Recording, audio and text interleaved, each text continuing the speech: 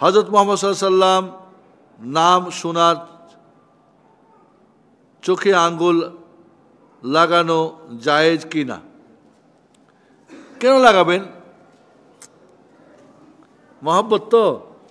এইটা করা কি মহব্বতটা ইবাদত না? ইবাদত না, ইবাদত। এটা যে আপনি আপনার বউরে ভালোবাসা দেখাবেন, মারে দেখাবেন, ওটা ইবাদত নাও হতে পারে, আদত হতে পারে।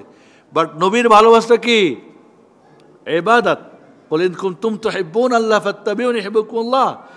যেহেতু ইবাদত, আপনার ইচ্ছে মতো চলবে না। চলবে না, এটা আদত না, ইবাদত। আর ইবাদতের কবুলের জন্য কয়টা শর্ত? সঠিক ইমানের ভিত্তিতে, কেবল আল্লাহর জন্যে, নবীর তরিকায়। নবীর তরিকায় কি সাহাবাদেরকে শিখাইছিলেন আশহাদু আন্না মুহাম্মাদার রাসূলুল্লাহ? নাই, তাহলে বিদআত। খুব সহজ। এই আপনি মূলনীতিটা মনে রাখবেন, যেটা আল্লাহর জন্যে, তাহলে আল্লাহর ইঞ্জিনিয়ার মোহাম্মদের তরিকায় হবে, আপনার হুজুরের তরিকায় চলবে না।